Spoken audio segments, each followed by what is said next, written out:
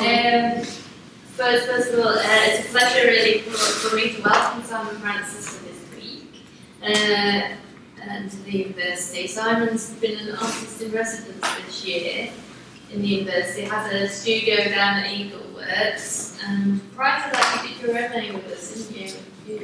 Yeah, I completed it 3 years ago. Yeah, very interesting experience. So when you were on the MA, did you start as a painter when you came to the MA? When I started the MA, I was almost solely a painter, but felt very strongly that I needed to diversify. I felt very limited. One could argue that MA is not the point at which you diversify, but people say you should continue to strengthen your own practice. But I felt, hey, why not? Let's do something I haven't really done much of before. And I'm actually delighted in that it did start in train a whole series of things for me to think about. I diversified into both photography and film. Now, film has come crashing down to zero, even though people did insist my film was perfectly okay. It's just, since then, the culture of film in artistic circles has changed a lot.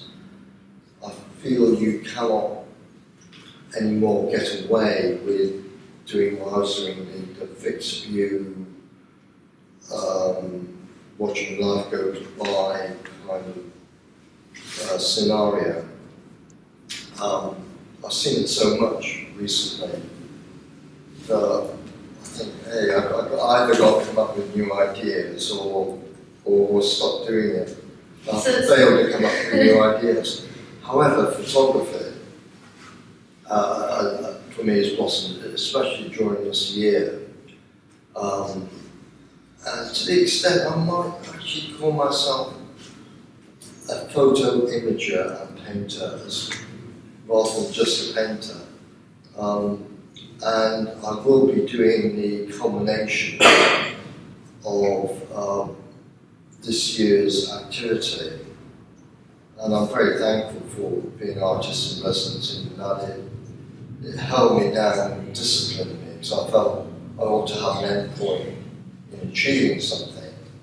And I will be having 2 very short shows at Eagleworks based on what I've done this year.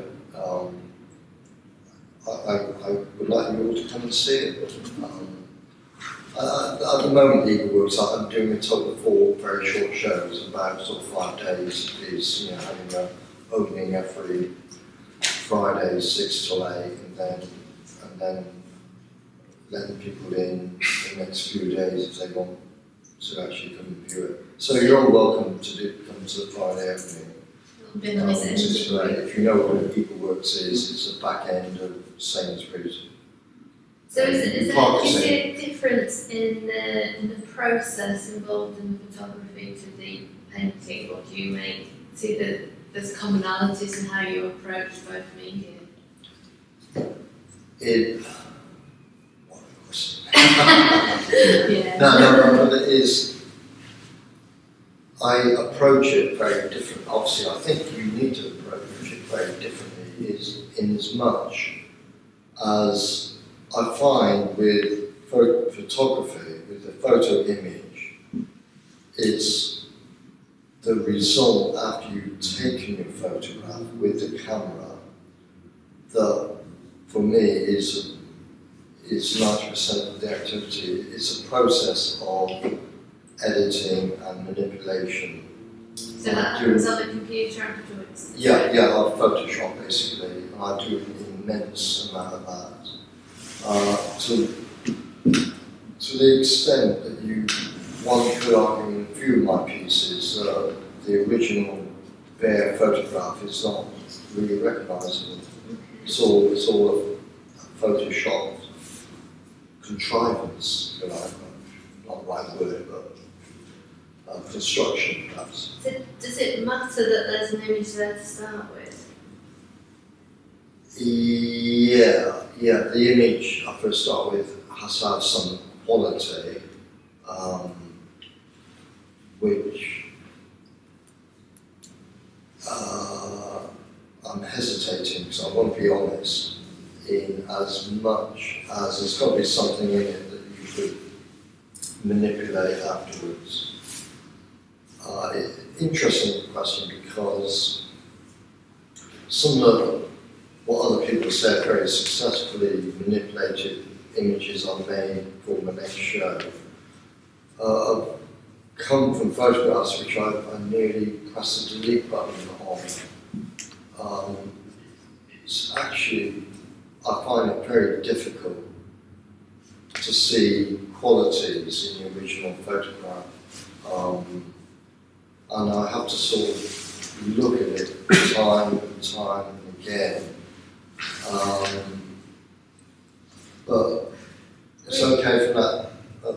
Yeah. But it sounds really similar to the process perhaps of making an abstract painting, where you're describing it. And actually, in these paintings that you talked about as being almost kind of blanking out, almost taking away what was initially there. Yeah. Do you think you're approaching the photographs almost like an abstract painter? Or is it that you've taken that process into the studio then to think about how you make a painting? I think the principal difference is, with a photograph you start with an image, and with a painting you start with a blank canvas. I think it's very cruel to start with a blank canvas, but yeah, I think that's the essential difference, but the similarities are there. In that editing, yeah. Choosing, selecting, because what seems to me, I mean, sometimes I think it's very difficult to find a way into a painting like this. And yet when you start to talk about that process of editing a photograph, for me I start to see parallels in the way you possibly approach the canvas. Yeah, I think you're right. And the reason I'm denying a lot is because I haven't thought the question before or the answer. But this particular painting is a part of a series which I've called About Nothing. Now, it's about erasure, it's about blotting out.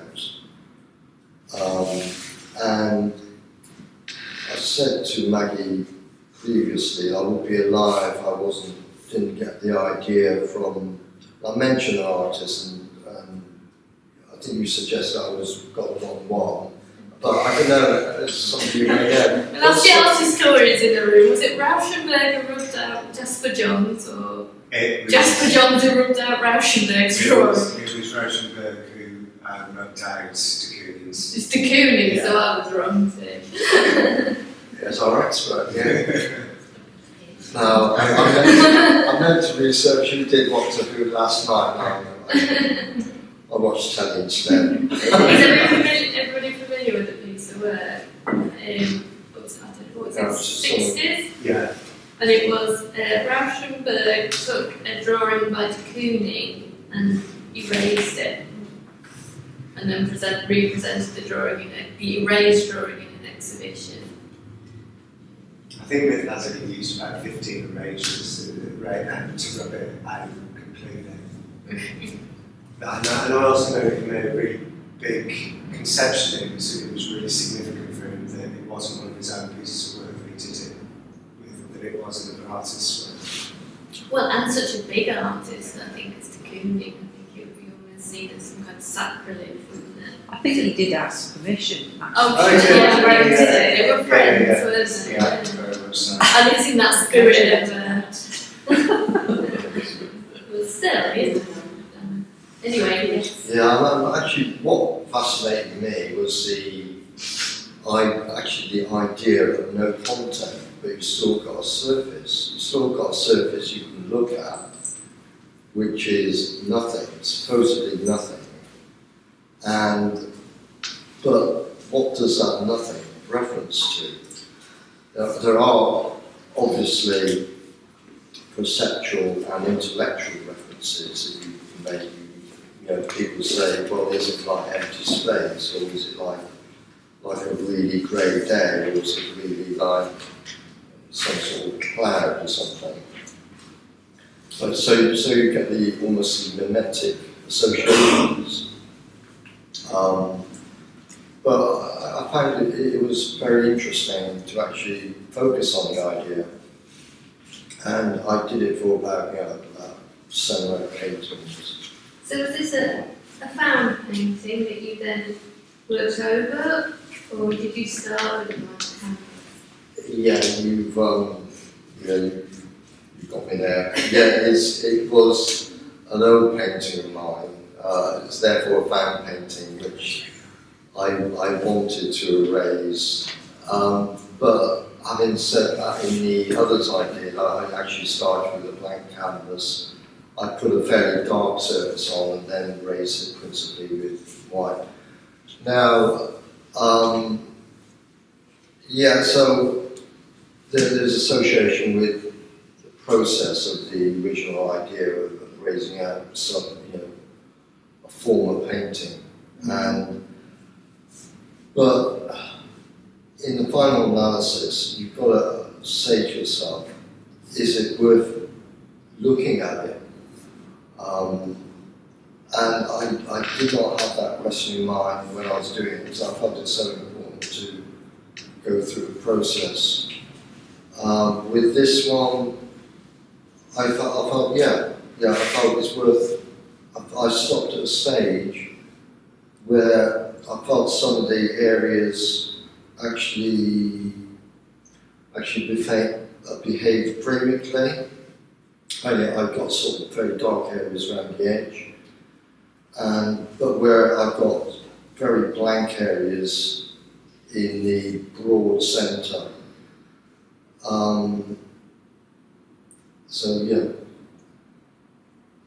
I've stopped talking. No, I think it's. For me, it's that point in the studio that does intrigue me. It's that the painterly performance in a sense of how at this point you erased what was there, you moved it on, it's become something else. How do you know that it's enough? I don't. The short answer is I don't know whether I've done enough or whether I've done the right thing. So you don't have like a strict set of rules that you're working, because it's quite a conceptual project, really, isn't it? A very conceptual painting project. But you don't start out with a set of rules or guidelines that is, I will put so much paint on it, or I will work it for so long until none of the original is there. It becomes a very intuitive process, it seems to me, at some point. From the conceptual it becomes. Yeah, as you say, the process is important. But I feel that there's got to be something about the end point. There's got to be a means for the viewer to actually connect back into the process. I was conscious of that. And I suppose, if I was honest, there was fairly strong direction in certain areas of this piece and in the other pieces I did, in as much as I made sure that the rich blues weren't totally overpainted. I felt they produced a reaction with that pure white that's in I don't want to say pretty, it's not the right word, but you are thinking an aesthetic judgment as well, in combination with this kind of conceptual idea. Yeah, I'm trying to make there's an a partnership there, isn't there? Rather than, okay, because I'm being conceptual, I can't make any aesthetic or intuitive decisions. Yeah, well, you've hit the nail on the head. I have to combine the two. I have to sort of say, I would say that if you were totally process-based, then you don't have an audience. You practically have an audience, and people will look at the stuff, but they don't. But the relevance of an audience becomes nullified, I would say. But so, aesthetic judgments, I would say, you're saying that, yeah, I want an audience to actually look at this and connect with it. So there is a process of seduction going on. Yeah. I think it's. Just to change tact a little bit and just compare with what David was talking about perhaps yesterday. I think when I don't know what everybody else thinks, but when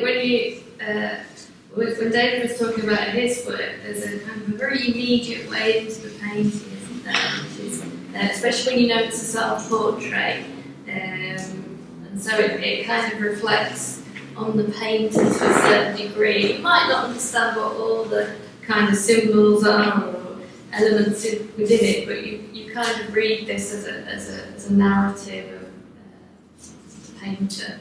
And also you understand the process of the painting almost indexically. You see it, you know, somebody's worked in this, very intense way. I find it interesting that you're kind of blanking out or erasing the image of the ground, and does that reflect on your identity as a painter in some way? There seems to be this almost resistance to although there is this wanting them to be kind of beautiful and attractive, but how do you imagine that the viewer can kind of enter painting or enter into your space as the painter? Well, that's an easy question. I say it has to be practically by the composition that you decide where to stop. I make my decision about looking at various stages of what I've done. Perhaps you could claim with this sort of painting is that if I'm into erasure, why is it I produce a new image? It's almost like the process of erasure and remaking something. Well, I wonder if it is erasure or if it's more of a kind of barrier, it's a kind of a barrier, right. That's preventing us seeing. Yeah. Now, I did sort of conceive this one as an erasure, but I do know exactly what you mean by barrier, because the next series I did was called Buried Images, and again, with my buried image, it wasn't erasure. I was actually putting layers of paint, either on a specifically prepared painting I made. I actually did a couple of portraits and photography, and I buried them under layers, so much so that you cannot see, well, you can see tiny traces of what's underneath, but they become, in an obvious way, become fairly meaningless. The underlayers of the original image has become meaningless. I was very intrigued by the idea of burial, it actually did spark in me the idea that when I saw a report on the news about the discovery of a plague pit, of quite a large plague pit, you know, of lots of skeletons and that, when they were building a new railway line in London. And I thought, and it did mention that people have been walking over these skeletons for centuries, you know, just sort of that much down. And then I thought, yeah, this is like a kind of a burial over something meaningful, but it becomes, new meanings become accessible, you know, and you can sort of transfer that idea to image making in as much as you can actually make barriers. I'm slightly disappointed if you say, if you spot that as a barrier and not an erasure, yeah, but if I feel a little like I'm not being allowed to see yeah. everything. You know, but it's just, you know, I think when you see X-rays of old paintings where the painters change the image or move something, there's something endlessly interesting about that, isn't it? That somehow you can kind of uncover the history of the making of a painting. Yeah, and in this particular one, if you did X-rays on it, I'm sure I'd be fascinated as to what the original was, but I've totally forgotten. But you may well be right. Maybe my idea of erasure was not. Well, I suppose erasure for me is a kind of exposure. It's like a kind of. Yeah, and this feels like these kind of layers are being poured over and pushed over in a way that's sort of preventing me seeing what's underneath. It's like that's secret. So you're saying you feel it's more of a barrier, more of a burial? Barrier maybe sounds more severe. It's okay. Yeah, I mean, for me, it has, when you're talking about, I mean, there's a couple of things that interest me with it. And one is, you say it's about nothing. But as soon as you identify nothing, it becomes something.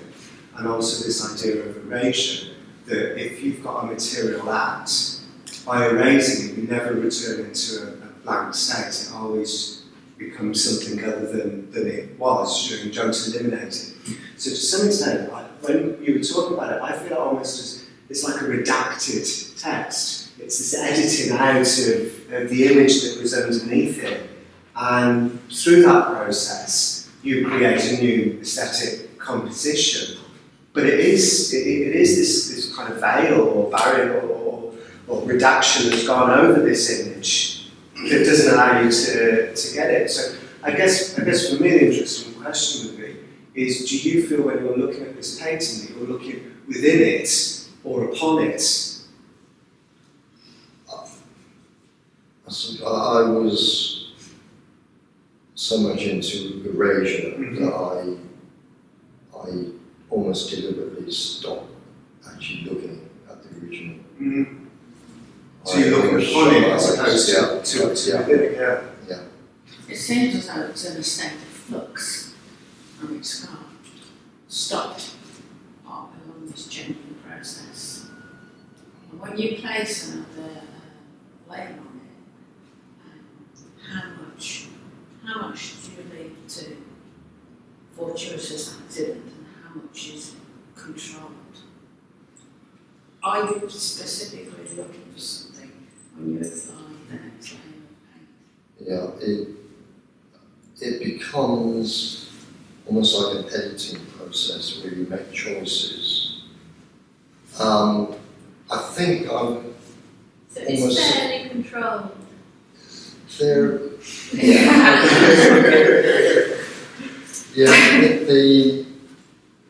The thickness of the white paint and the amount of medium, I knew what I was going to do. Yeah. I have to admit that. Yeah. I think I wanted to.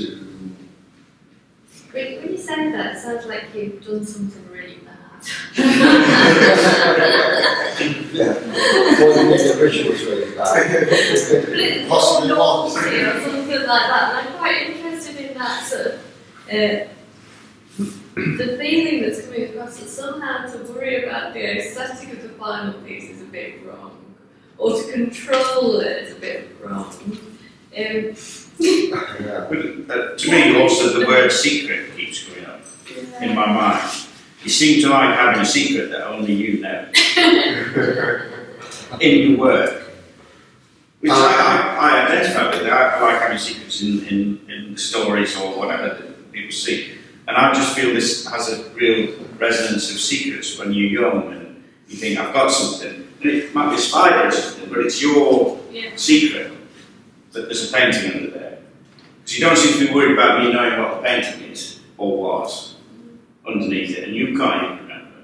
But it's a secret. You like that it's a secret, or am I mistaken? Well, no, I guess following on from that is the thing that I'm quite interested about is the significance that there's a painting. The significance of it, because I mean, this painting could have been made without there being a painting underneath, another painting underneath it. You could have made this from a primed canvas. You could have put your blue ground on and then covered it with the white. So I'm just wondering, what is the significance of the fact that there is this secret painting underneath? It is the significance basically is wanting to get rid of it. Right. It's the same process as photography, don't you? It's the same process as photography. You're not happy with the image that's there, and then you change it again and again and again, don't you? Right. Switching over to my. It's right. I'm looking at the photography aspect because I'm seeing the parallels. Yeah.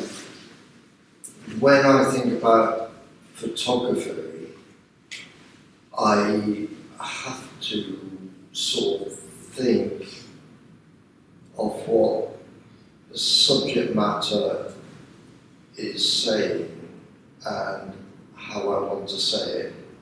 When I take a photograph, it doesn't say, or in a way that I want it to say. Does that make sense? But is the old image not saying what you want to say and then painting over it and altering it? Yeah, this was a sort of totally separate image that I wanted to totally get rid of. Right. I wanted, the way I felt at the time, I wanted to erase it and then make a commentary about nothing. You know, in the way that Reichenberg or de Kooning, you know, I presume we've got that right. Yeah, you've got it right. Yeah. I quoted two different artists in Maggie Ayliffe, I think. But what seems to me interesting, that the images seem to need this kind of distance. What Maggie said before, that you have the feeling that you are not allowed in, or you're not allowed to see everything. And you describe in a way a little bit the same in photography, that you say, yeah, the perfect image in the beginning is actually not satisfying. Yeah, you do something with it. Perhaps you create suddenly a distance, and I think that links to me to this idea of secret. No? If we know what the secret is, then there is no tension anymore. We are. Absolutely, yeah. I mean, the secret's only good when it's a secret, isn't it? It seems to me like it's not in a world which is kind of emerging in secret and you sort of withholding information. I just wondered, is this difficult to verbalise? So is it helpful to talk about the process and the concept behind your point? Yeah, it's helpful to talk about it. I feel like it's actually very important to me intellectually about the processes which have been going on. To say it very simply, I had an image which I want to get rid of. Rather than take the canvas off, I'll raise the, just smash that image. In fact, if I would say it was a hopelessly bad image, I probably might be wrong with that, because I have actually. So there's a sort of self-censorship going on? Yes,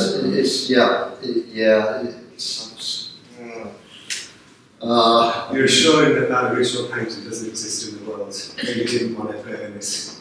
I didn't want it to exist. I want to, I said I got inspired by this sort of pressure. But it is existing. It is. Burning would start existing, but having it under something else, it's still existing. So it's a secret. Yeah, in much the same way that Rashford decommissioning.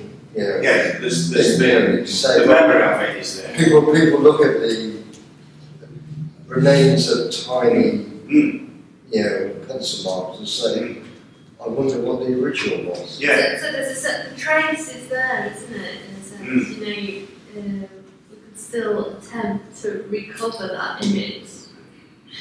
It's like it's there, it's dead. Is that more what you're trying to do? There's like something, there was something that was there, now it's covered over, it's buried, it's sort of, it's like a funeral. You don't like that, tombstones are kind of pretty if you like that sort of thing. If you want a sort of exact part of the process, I would like to say, not like a funeral, not like a burial, but more like starting over. A reunion, yeah. The phoenix just got quiet. Some sort of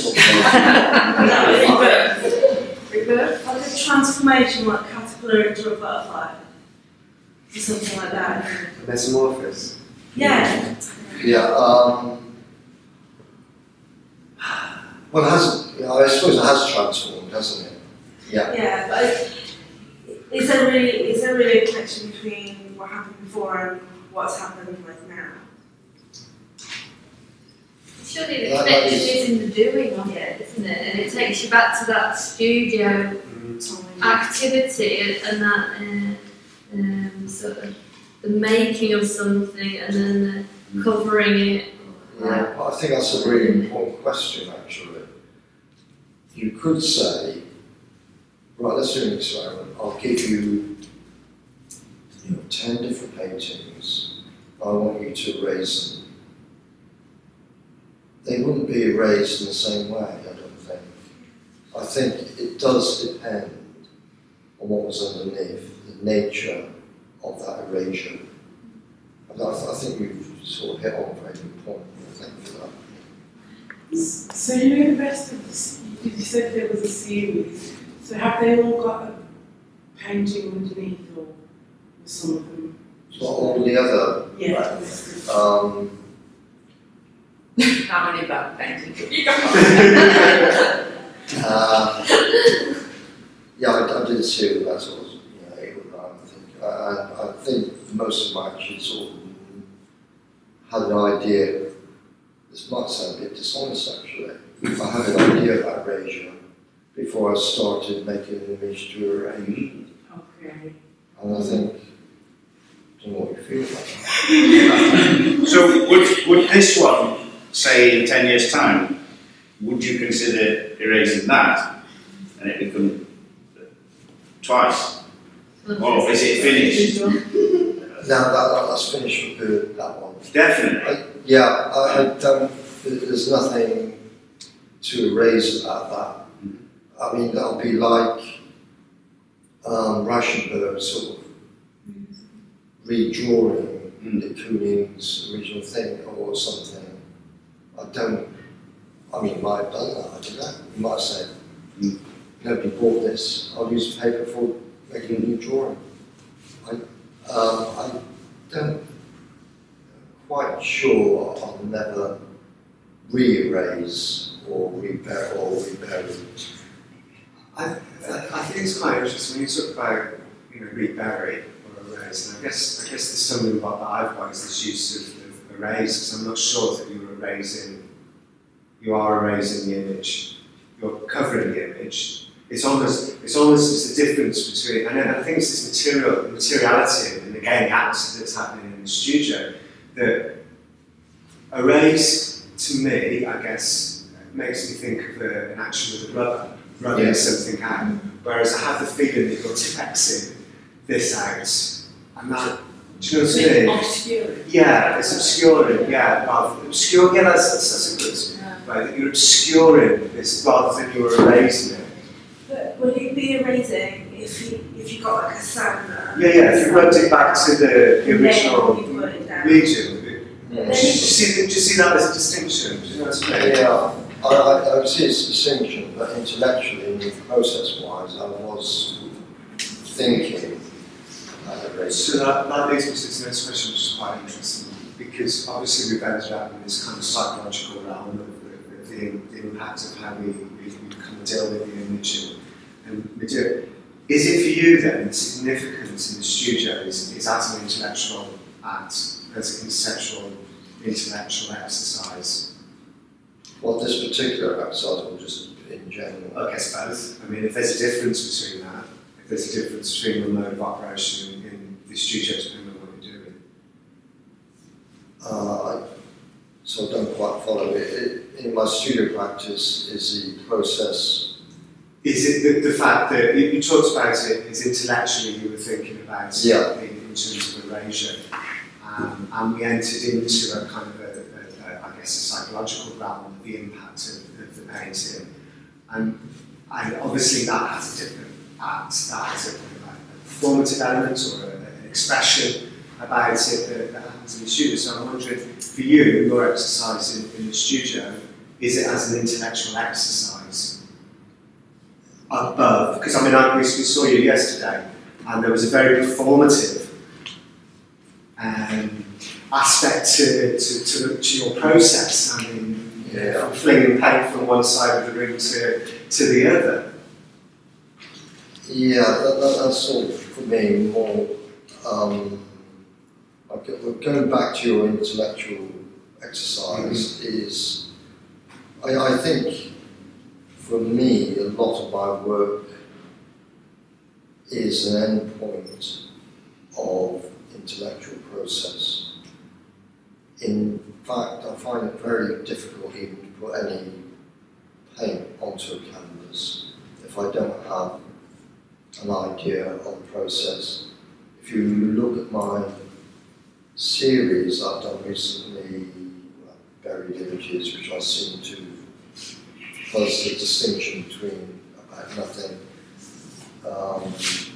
I've called one series So What's Real, another series I called Dialogue, another series I've just started is Letting Go.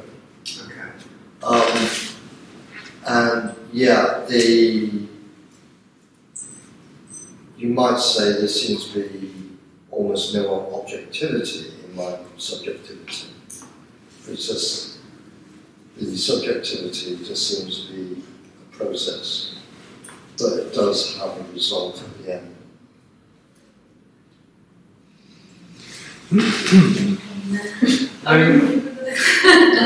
I wanted to just take a general question.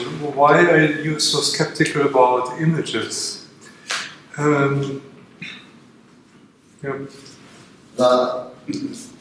Wow. That almost hurts actually, but it's true. I have done a lot of more traditional paintings earlier on in my supposed existence as an artist, in terms of, especially in terms of landscape actually. But it's actually, it was the process of doing those which made me very distrustful of the whole idea of images, but also made me very excited about how to smash up the shop, if you like. You know, some time ago I did a series of images called Out of Landscape, and I've got this sort of ability. If someone put a gun to my head and said, I want you to actually paint a really good landscape, I would do it, but I would actually hate every microsecond of it. But I think what makes me sceptical about the idea of images is the sort of false historical context of it all. And I mean, illusionistically, is a painted tree can never really associate with a real tree, or let's say associate with the illusion of an everyday life. And for me, what's exciting perhaps about a tree is the textures of the surface it possesses. And I can actually visualize what seems to be abstract areas, say, within a tree's surface. And I've actually gone through processes of actually sort of turning everything around and just using the surface, you know, of areas of illusionistic reality, for what they've phrased, and using that as a basis. I mean, that is what actually drives me, you know, quite a lot. And I think,